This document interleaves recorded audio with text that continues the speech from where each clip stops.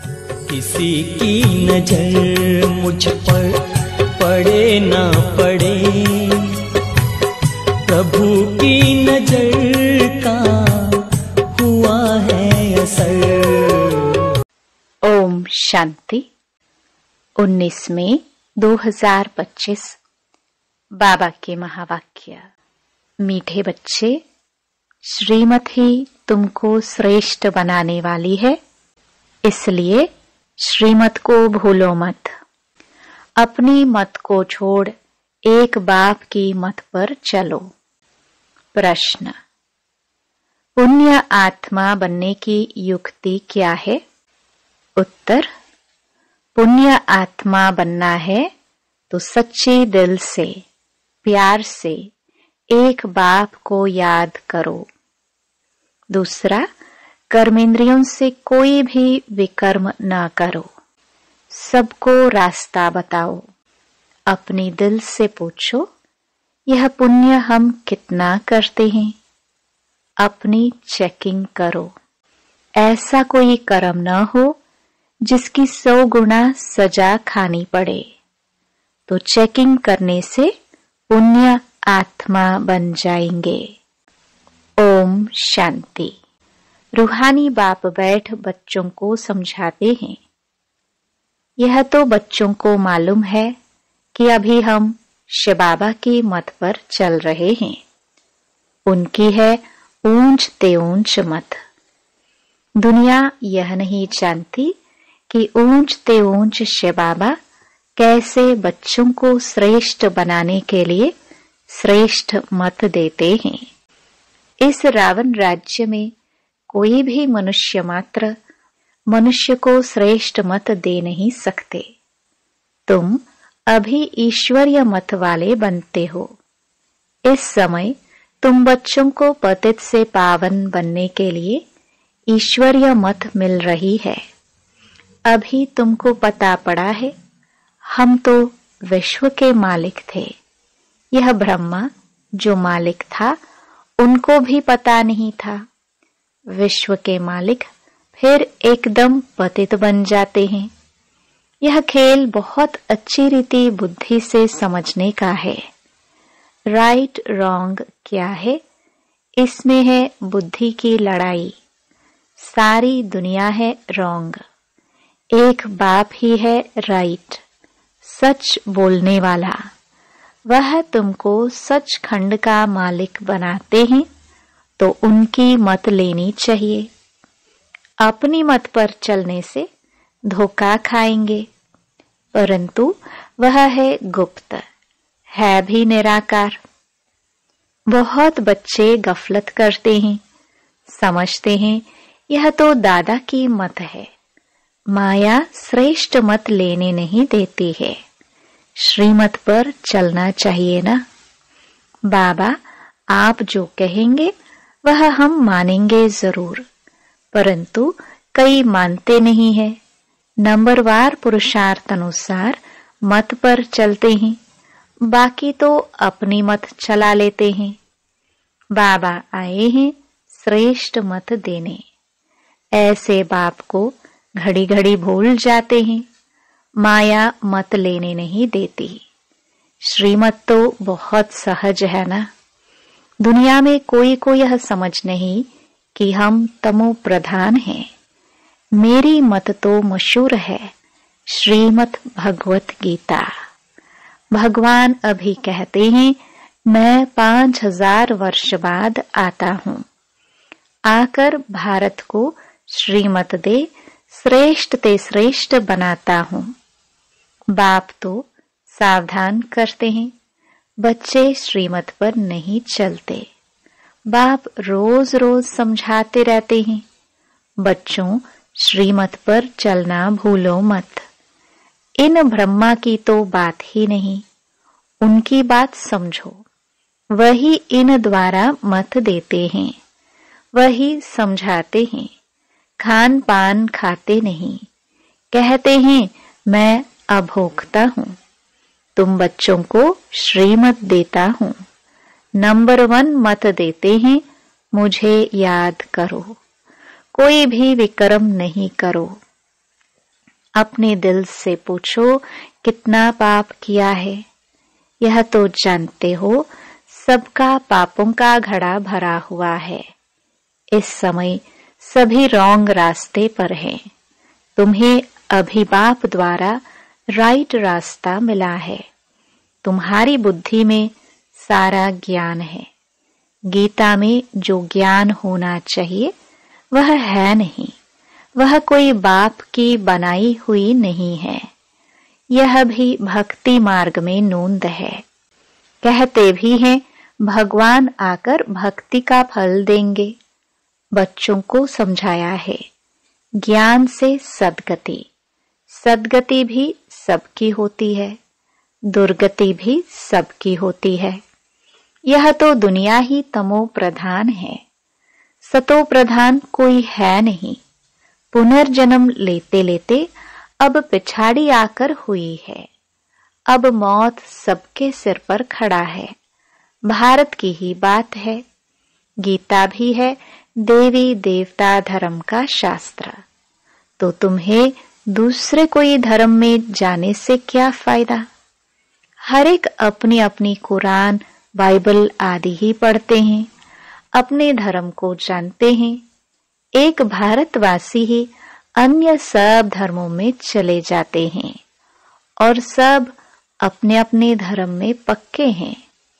हर एक धर्म वाले की शक्ल आदि अलग है। बाप स्मृति दिलाते हैं बच्चे तुम अपने देवी देवता धर्म को भूल गए हो। तुम स्वर्ग के देवता थे। हमसों का अर्थ भारतवासियों को बाप ने सुनाया है। बाकी हम आत्मा सो परमात्मा नहीं है। यह बातें तो भक्ति मार्ग के गुरु लोगों ने बनाई हैं। गुरु भी करोड़ों होंगे। स्त्री को पति के लिए कहते हैं कि यह तुम्हारा गुरु ईश्वर है, जबकि पति ही ईश्वर है। फिर हे भगवान, हे राम क्यों कहती हो। मनुष्यों की बुद्धि बिल्कुल ही पत्थर बन गई है। यह खुद भी कहते हम भी ऐसे थे। कहाँ वैकुंठ का मालिक श्री कृष्ण, कहाँ फिर उनको गांव का छोरा कह दिया है। श्याम सुंदर कहते हैं, अर्थ थोड़े ही समझते। अभी बाप ने तुमको समझाया है। जो नंबर 1 सुंदर, वही नंबर लास्ट तमो प्रधान श्याम बना है। तुम समझते हो हम सुंदर थे, फिर श्याम बने हैं। 84 का चक्कर लगाए।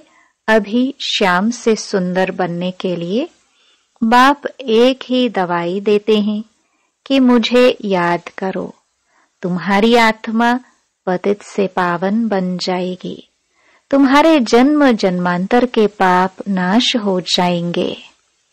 तुम जानते हो जब से रावण आया है तुम गिरते गिरते पाप आत्मा बने हो। यह है ही पाप आत्माओं की दुनिया। एक भी सुंदर नहीं। बाप बिगर सुंदर कोई बना ना सके। तुम आए हो स्वर्गवासी सुंदर बनने। अभी नरकवासी श्याम हैं, क्योंकि काम चिता पर चढ़ काले बने हैं। बाप कहते हैं काम महाशत्रु है।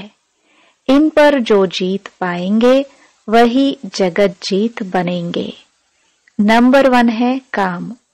उनको ही पतित कहा जाता है। क्रोधी को पतित नहीं कहेंगे। बुलाते भी हैं कि आकर पतित से पावन बनाओ। तो अब बाप आए हैं, कहते हैं यह अंतिम जन्म पावन बनो। जैसे रात के बाद दिन, दिन के बाद रात होती है, वैसे संगम युग के बाद फिर सतयुग आना है। चक्र फिरना है। बाकी और कोई आकाश में अथवा पाताल में दुनिया नहीं है। सृष्टि तो यही है।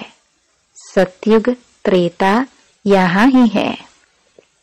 झाड़ भी एक ही है और कोई हो नहीं सकता। यह सब गपोड़े हैं जो कहते हैं अनेक दुनियाएं हैं। बाप कहते हैं यह सब है भक्ति मार्ग की बातें। अब बाप सत्य बात सुनाते हैं। अब अपने अंदर देखो, हम कहाँ तक श्रीमत पर चल सतो प्रधान अर्थात पुण्य आत्मा बन रहे हैं। सतो प्रधान को पुण्य आत्मा, तमो प्रधान को पाप आत्मा कहा जाता है। विकार में जाना पाप है। बाप कहते हैं अब पवित्र बनो। मेरे बने हो तो मेरी श्रीमत पर चलना है। मुख्य बात है कोई पाप नहीं करो। नंबर 1 पाप है विकार में जाना। फिर और भी पाप बहुत होते हैं। चोरी चकारी ठगी आदि बहुत करते हैं। फिर बहुतों को गवर्नमेंट पकड़ती भी है। अब बाप बच्चों को कहते हैं तुम अपने दिल से पूछो, हम कोई पाप तो नहीं करते हैं। ऐसे मत समझो हमने चोरी की व रिश्वत खाई तो यह बाबा तो जानी जाननहार है, सब जानते हैं। नहीं, जानी जाननहार का अर्थ कोई यह नहीं है।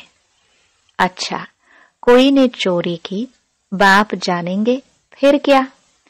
जो चोरी की उसका दंड 100 गुना हो ही जाएगा। बहुत बहुत सजा खाएंगे, पद भी भ्रष्ट हो जाएगा। बाप समझाते हैं ऐसे अगर काम करेंगे तो दंड भोगना पड़ेगा। कोई ईश्वर का बच्चा बनकर फिर चोरी करता, शिव बाबा जिससे इतना वर्षा मिलता है उनके भंडारे से चोरी करता, यह तो बहुत बड़ा पाप है। कोई कोई में चोरी की आदत होती है, उनको जेल बर्ड कहा जाता है। यह है ईश्वर का घर। सब कुछ ईश्वर का है ना। ईश्वर के घर में आते हैं बाप से वर्षा लेने, परंतु कोई कोई की आदत हो जाती है, उसकी सजा 100 गुना बन जाती है। सजाएं भी बहुत मिलेंगी और फिर जन्म बाय जन्म डर्टी घर में जाए जन्म लेंगे तो अपना ही नुकसान किया ना। ऐसे बहुत हैं जो याद में बिल्कुल नहीं रहते, सुनते कुछ नहीं, बुद्धि में चोरी आदि के ही ख्यालात चलते रहते हैं। ऐसे बहुत सत्संग में जाते हैं, चप्पल चोरी कर लेते, उनका धंधा ही यह रहता है। जहां सत्संग होता वहां जाकर चप्पल चोरी कर आएंगे। दुनिया बिल्कुल ही डर्टी है। यह है ईश्वर का घर। चोरी की आदत तो बहुत खराब है। कहा जाता है कख का चोर 100 लख का चोर।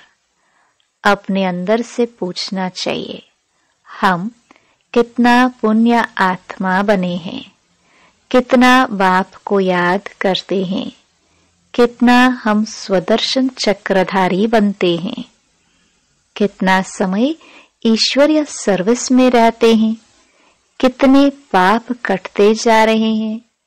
अपना पोतामेल रोज देखो, कितना पुण्य किया, कितना योग में रहा, कितने को रास्ता बताया। धंधा आदि तो भल करो, तुम कर्म योगी हो, कर्म तो भल करो। बाबा यह बैजेस बनाते रहते हैं। अच्छे अच्छे लोगों को इस पर समझाओ। इस महाभारत लड़ाई द्वारा ही स्वर्ग के गेट्स खुल रहे हैं। श्री कृष्ण के चित्र में नीचे लिखत बड़ी फर्स्ट क्लास है, परंतु बच्चे अभी इतना विशाल बुद्धि नहीं हुई है।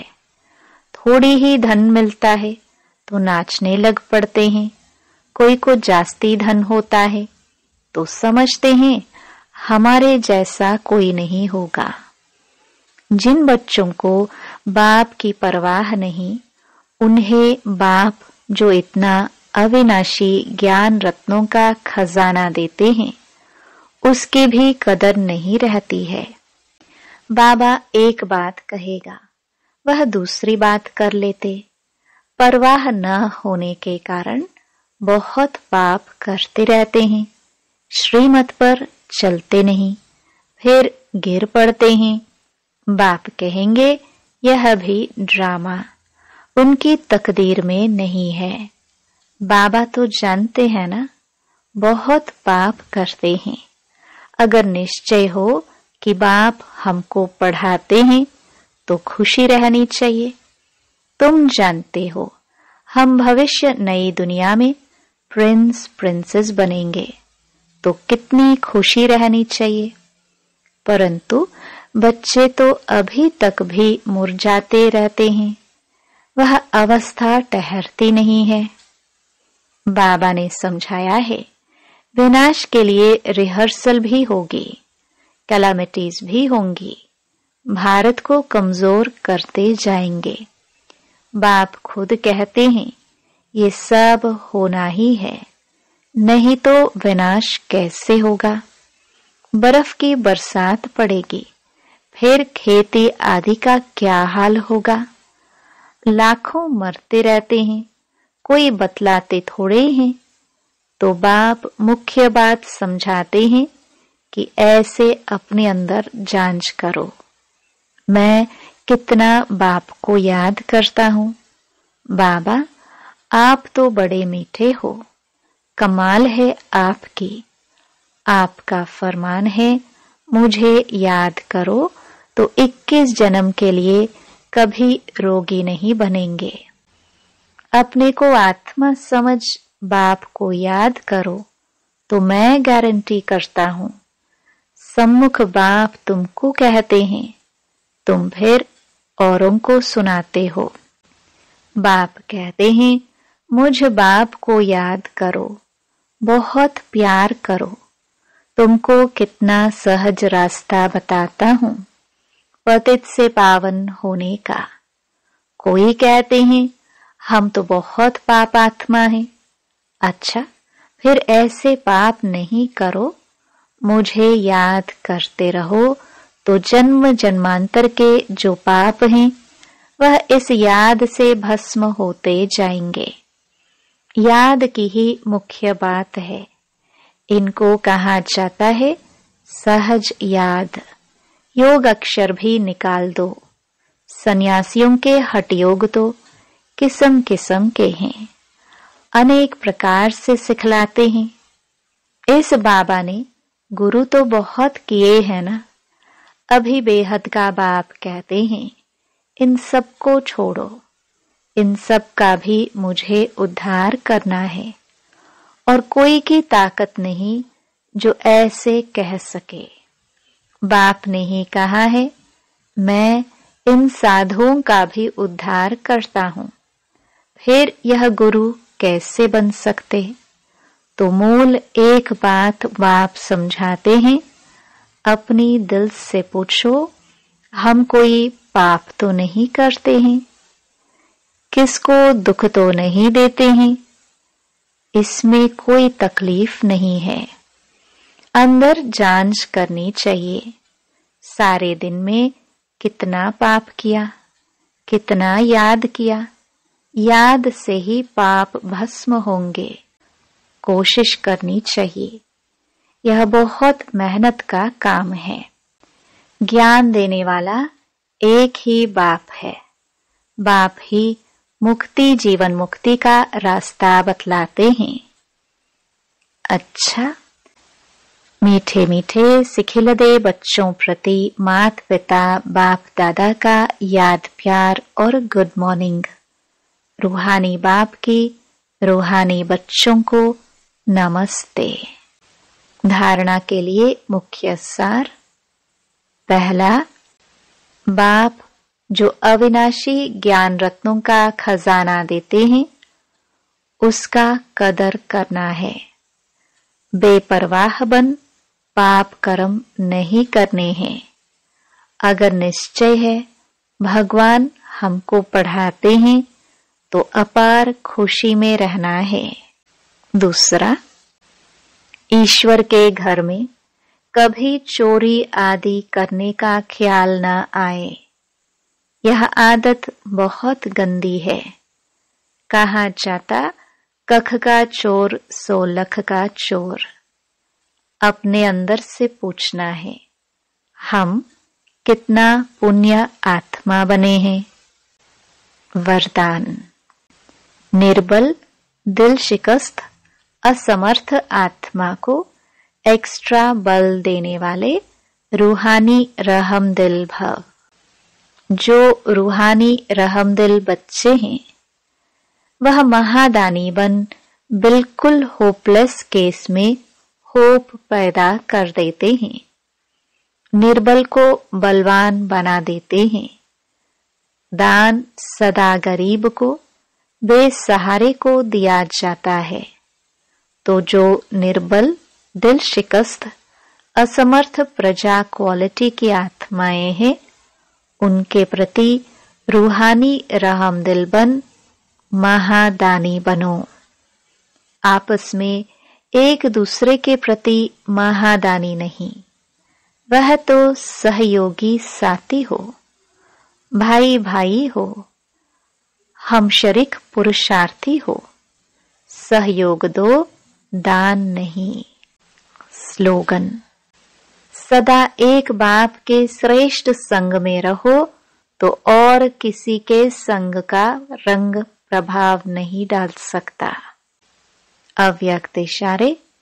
रूहानी रॉयल्टी और प्योरिटी की पर्सनालिटी धारण करो। प्योरिटी के साथ साथ चेहरे और चलन में रूहानियत की पर्सनालिटी को धारण कर इस ऊंची पर्सनालिटी के रूहानी नशे में रहो। अपनी रूहानी पर्सनालिटी को स्मृति में रख सदा प्रसन्न चित्त रहो तो सब प्रश्न समाप्त हो जाएंगे।